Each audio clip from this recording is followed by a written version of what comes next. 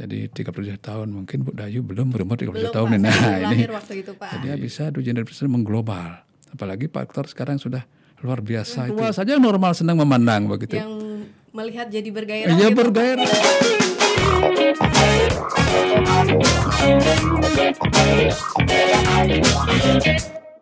Hai pemirsa podcast Dwi Jenderal Foundation. Hari ini saya Dayu Novita akan memandu acara di sesi You Have to Know. Tentunya dengan narasumber kita yang sangat terpercaya. Beliau adalah seorang dosen di Dwi Jenderal University di bidang pendidikan Pancasila dan kewarganegaraan. Jadi selain beliau menguasai bidang pendidikan Pancasila dan kewarganegaraan, beliau juga fasih dalam berbahasa Jepang. Dan saat ini beliau menjabat sebagai Wakil Rektor 3 Dwi Jenderal University.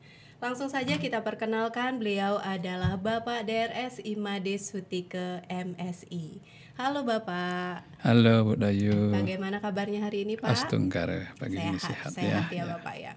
Bapak tahu nggak Pak? Setiap saya melihat Bapak itu, saya merasa minder terkadang Pak. Kenapa begitu Bu Dayu? Iya Pak, karena semangat saya itu kalah dengan semangat Bapak. Tentunya dalam memajukan lembaga Dwi Jenderal University tentunya Pak.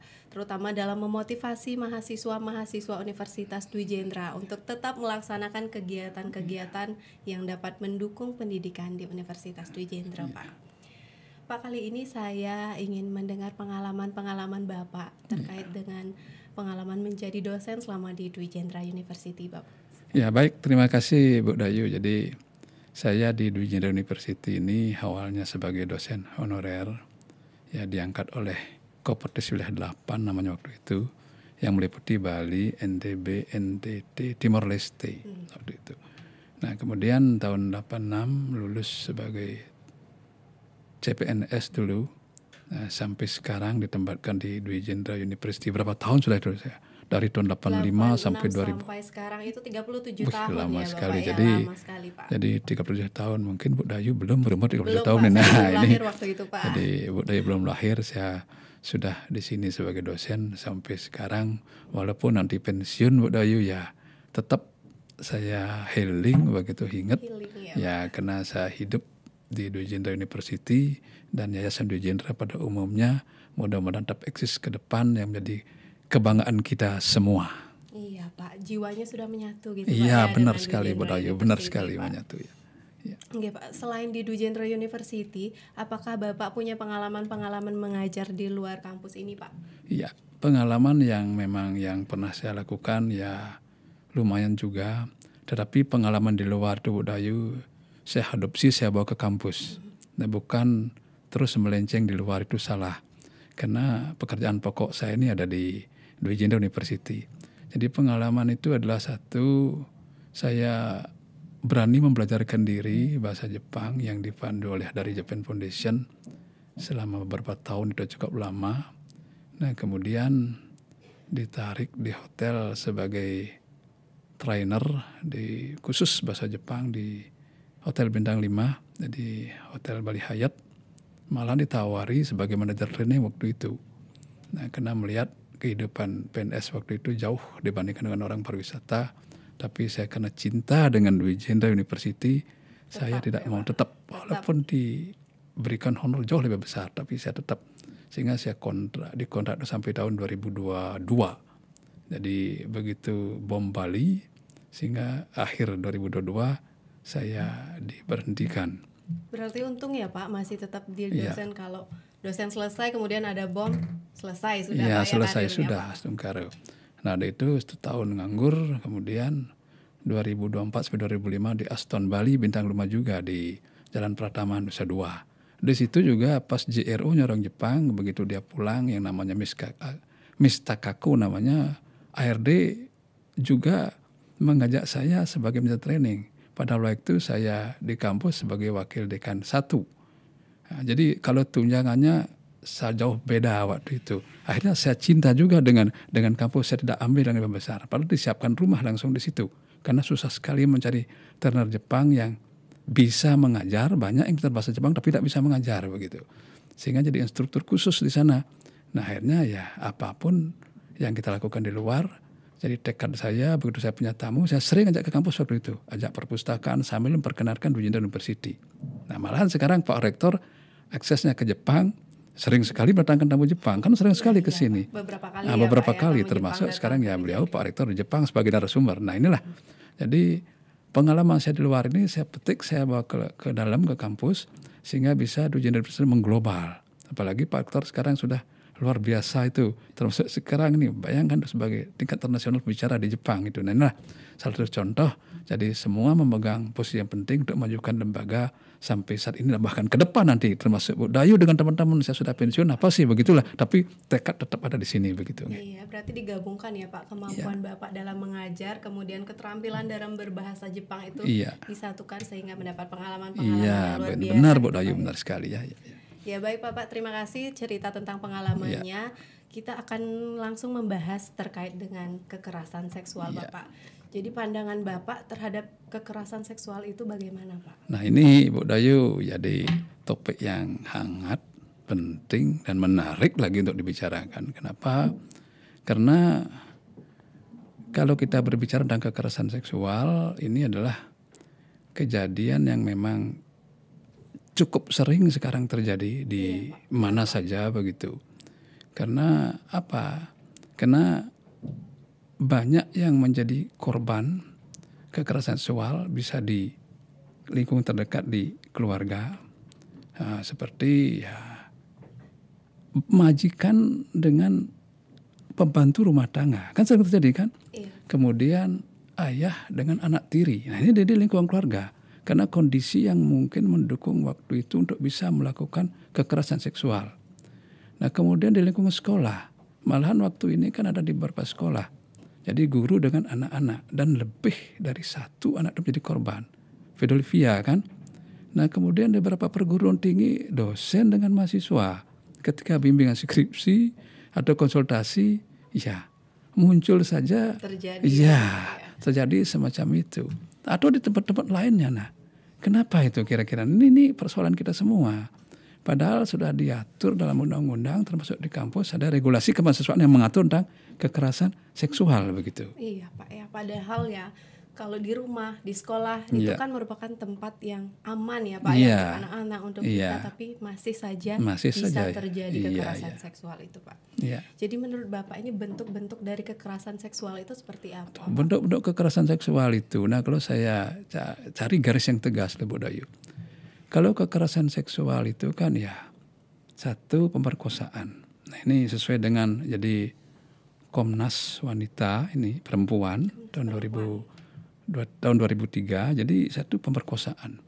Kedua, intimidasi perempuan, termasuk ancaman atau percobaan pemerkosaan. Baru percobaan belum tentu, karena dia bisa lepas sudah termasuk termasuk perilaku.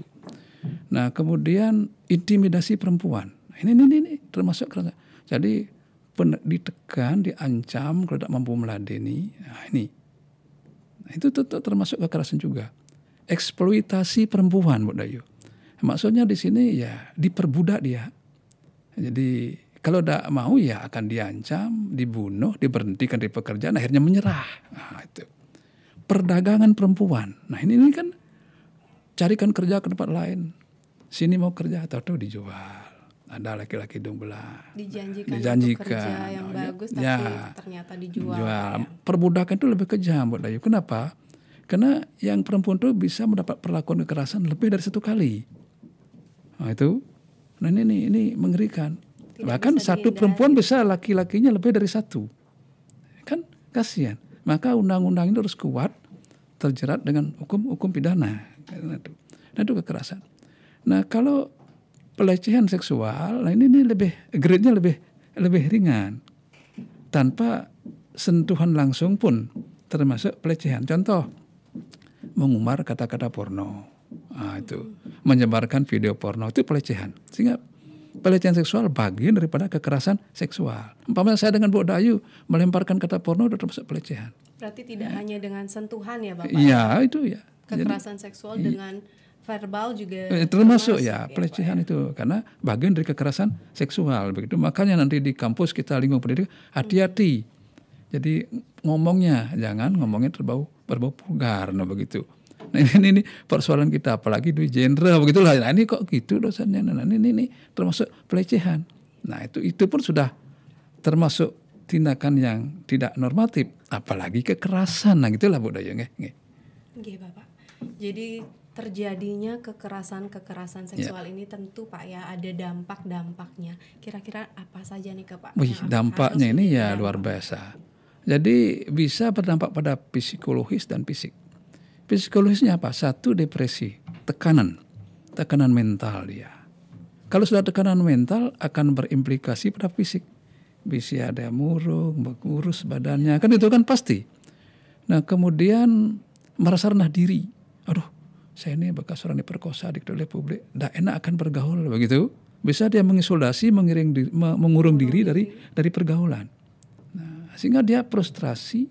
Dari frustrasi bisa saja dia mengambil jalan buntu, jalan akhir bunuh diri.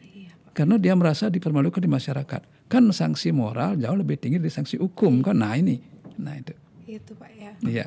Jadi sampai dampak itu sampai bisa mendapat bunuh diri bisa, Pak ya. Selain menghancurkan masa depan juga benar, dampak psikologis juga Pak ya. Iya. Kira-kira Pak ya, apa sih penyebab sampai terjadi kekerasan seksual? Nah, ini dah. Kita sudah semua tahu Bu Dayu. Jadi dengan kemajuan teknologi, jadi terutama di media sosial, bahwa tayangan apapun ada di sana. Tanpa ada batasan-batasan. Sehingga dalam teori komunikasi itu namanya teori jarum hipodermik. Apa itu Pak? Maksudnya begini, teori jarum hipodermik itu. Jadi menyuntikkan obat ke seseorang itu, obat itu masuk menyeluruh lewat aliran darah ke tubuh manusia. Media itu begitu. Begitu di-share, kalayak semua tahu. Tanpa ada selektif apapun. Iya, mau apapun menunda penyebarannya. Nah, sehingga di situ dia melihat apa keinginannya. Termasuk kakek-kakek bisa menonton video porno, sehingga tidak jarang kakek bisa memperkosa cucunya. Nah, ini persoalannya. Itu satu. Medsos itu teori jarum hipodermik, teori komunikasi. Yang kedua, pakaian yang serba minim. Kan seolah-olah kekurangan baju begitu. Ini kelihatan, di atas kelihatan, di bawah kelihatan. Bapak yang tua saja normal senang memandang begitu. Yang melihat jadi bergairah. Iya, bergairah, sehingga nafsu birahinya akan muncul begitu. Makanya Bu Dayu hati-hati nanti jangan pakai baju begitu. Nanti saya sendiri bingung juga begitu. Nah, ini ya bingung juga. Nah, iya, itu. Kemudian ya pembicaraannya jangan mengarah menyerempet ke porno begitu. Kalau umpamanya Bu Dayu meladeni begitu, nah kalau suka sama suka bukan pelecehan namanya, lain itu. Love to love itu beda persoalannya. Nah itu. Nah, iya, paksaan, alihkan perhatiannya itu. Jangan sampai begitu. Malahan ada yang lebih seru lagi kasusnya. Ada perempuan, 2 laki yang menaksir, yang satu tidak diterima cintanya. Saking cintanya sama perempuan itu supaya dapat saja mencicipi badannya, diperkosa. Karena kecemburuan. Bisa juga seperti itu. Jadinya cinta ditolak. Cinta ditolak. Iya, nanti kalau kita cinta ditolak, tidak usah dukun bertindak ya, nanti bahaya itu gitu. Iya. Baik Pak, kan ini sudah ada penyebab, sudah ada dampak Pak. Ya. Tentunya kita sebagai pendidik nih Pak, kita perlu melakukan pencegahan. Iya, baik ya. Mungkin Bapak bisa mengedukasi kami, generasi muda ataupun masyarakat kita, bagaimana sih cara mencegah agar tidak terjadi kekerasan seksual. Iya, bagus sekali pertanyaan ini, yang paling penting. Jadi tindakan preventif, pencegahan sebelum terjadi. Nah, ini paling penting. Kalau sudah terjadi ya susah juga kan ya. Satu, kita harus self confident, mempunyai rasa percaya diri dan tegas. Kalau percaya diri itulah keyakinan dan kemampuan sendiri bahwa kita akan tergoda. Dan tegas. Kalau ada hal yang kurang berkenan, kurang cocok, tangkal. Pertama, kuatkan diri kita sendiri. Iya, itu intern, jadi motif dari dalam. Yang kedua, hindari obrolan-obrolan yang berbau porno. Hindari. Ya. Yang ketiga, yang paling penting ya, gunakan metode menaklukkan musuh. Seru ini. Gimana? Nah, ini seru ini. Ya, kok ada pencegahan seksual metode menaklukkan musuh ini apa sih? Sehingga pemirsa tertarik ini ya. Maksudnya begini. Biasanya kita kan ngobrol. Tetapi kalau yang laki itu punya niat jahat, pasti arahnya nyerempet ke porno omongannya. Pembicaraan. Iya, pembicaraannya. Sehingga menaklukkan musuh, kita alihkan pembicaraan itu, bawa ke topik netral. Itu dalam teori komunikasi breakdown communication. Iya, breakdown. Patahkan itu, hilangkan. Yang awalnya menyerempet ke ya, itu melumpuhkan lawan. Berarti itu salah satu cara pencegahan kekerasan seksual. Kalau tetap dia arahnya ke situ tidak mampu, maafkan ya, saya ada kepentingan, saya tinggalkan dulu. Hindari. Itu seru, itu benar-benar melumpuhkan lawan. Nah kemudian, kalau bisa lagi, jadi bersikap tegas, dan kalau mungkin akan bisa rekam kejadian dan mau dilaporkan. Tuh. Baru bisa. Kadang kan kalau dalam situasi itu kita tegang grogi untuk melakukan sampai video, dokumentasi untuk hal tersebut kadang. Iya, nah inilah kadang-kadang. Tapi ada juga yang mampu begitu mau akan mendapat kekerasan, diperkosa, begitu dia kamera, dia lari langsung dilaporkan sehingga ada bukti. Nah, itu kehebatan perempuan untuk menenangkan dirinya. Nah kalau memang Dayu bisa kira-kira seperti itu. Nah ini grogi duluan ya. Nah itulah modelnya untuk pencegahan kekerasan seksual. Karena ini kejadian ini semakin semarak. Saya yakin di kampus kita ini di Dwi Jendra pada umumnya tidak akan terjadi seperti itu karena semua stakeholder sudah mengantisipasi, semua unit begitu ya. Jadi selain dari diri kita sendiri Pak, bagaimana peran orang tua di rumah mungkin Bapak? Ini yang paling penting. Kenapa? Karena pendidikan anak itu yang pertama dan utama adalah dalam lingkungan keluarga. Itu yang pertama. Durasi atau waktu lebih banyak ada di rumah. Bagaimanapun sibuknya harus berusaha mendidik, membimbing dan memberikan pembelajaran pada anak. Jangan semua diserahkan pada sekolah. Sekolah kan seberapa sih waktunya kena pendidikan formal? Iya. Dan jangan terlalu banyak menyerahkan kepada asisten rumah tangga. Karena ada pengasuh. Karena begini Bu Dayu, ada kasus bapak dan ibunya sibuk, anaknya sepenuhnya diserahkan kepada asisten rumah tangga. Akhirnya kemampuan anak sama dengan kemampuan asisten rumah tangga.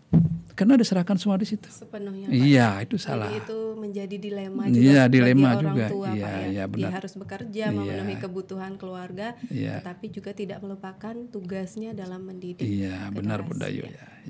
Baik Bapak, terima kasih Pak atas bincang-bincangnya pada hari ini tentang kekerasan seksual. Iya, sama-sama.